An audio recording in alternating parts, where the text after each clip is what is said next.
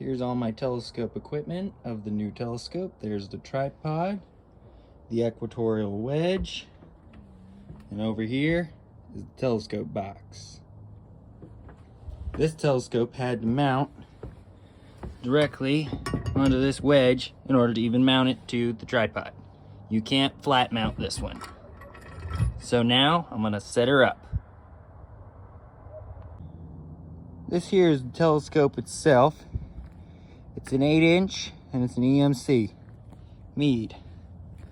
Here's the wedge. You lock it down to this. There used to be a plate bracket here underneath this for an eyepiece tray. I took that off because I didn't want to have to deal with the transportation of that too much. Unfortunately, the motor drive on this one does not work. I plugged it in, the controller shows up that it should go to the object library after a few minutes. Didn't do it. So, unfortunately, I'm gonna have to get a kit to fix it. Let me set you down a moment. I'll let you guys see in just a moment what I've done. Okay. Push.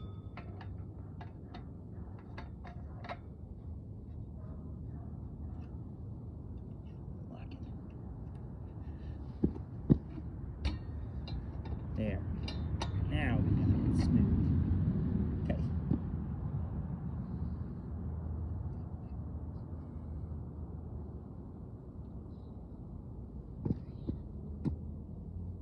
Legs.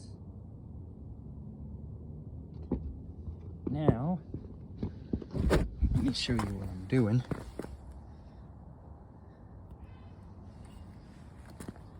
You probably can't see it too well there, but there's a little level there that I'm trying to get to level itself. And once that's level, it should be right in that center circle there, the dot, the bubble. And it's got a built-in compass that I can then align this piece up here facing north so that the scope will work just like my equatorial Celestron.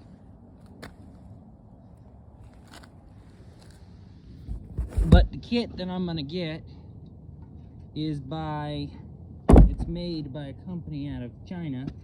They make it, it's could be good, it could be bad, I don't know. As far as I've heard on reviews on it, it's called a on-step kit. It's designed for a Celestron mount, but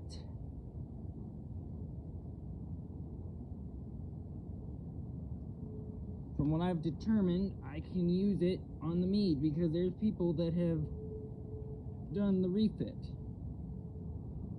of putting the motors and everything on it. It's made for an equatorial mount, but it'll work the same on this one. I'll give more detailed descriptions once I go to build it and do the modification. Now, you can see, get the OTA out, known as the main optical tube. And in order to do that, my optical tube is moving on me. It should not be happening. My clutch wasn't tight enough when I put it away because I quickly was putting it away. Let me flip it in such a way I can show you guys what I'm trying to do. There we go. Okay. I'll need, let me flip you so that you can see it. I'll need to install this piece here. That's where you put the eyepiece in, up there. And this screws on the back of the telescope. But I wanted to show you what I need to put in first. I need to first put in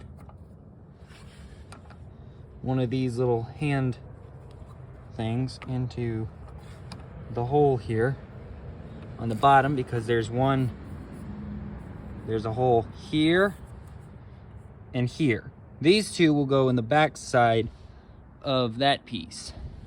But this one you need to put in first in order to slide it into this slot here.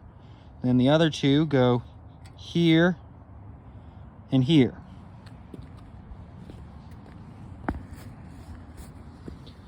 Let me sit you down.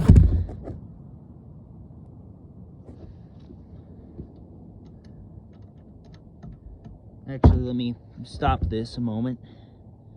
I'll be back in just a minute once I get this mounted. Now here's the final finished product, what it looks like mounted. I can manually move this knob here, and this knob here. Now if I need to move it faster with this one, because this one was pretty slow, I can release this here by turning it, and then I can move the optical tube. Quick and easy. As far as I could tell, the optical tube was in good condition when I got it, so let's hope it's gonna be able to see something. We're gonna find out. Let me finish mounting the rest of the pieces, and then I'm gonna try to get her zeroed in. This is what the final telescope looks like. I'm able to manually move it here with this hand knob here, this knob here. And as far as I can tell, the collimation was pretty good on it. It was able to see stuff, and it worked. It did exactly what I wanted. Now, unfortunately, I tried to line it up there on Jupiter, but it wouldn't line up. So, I got it lined up as best I could. I was able to see some stuff, some stars. That's it.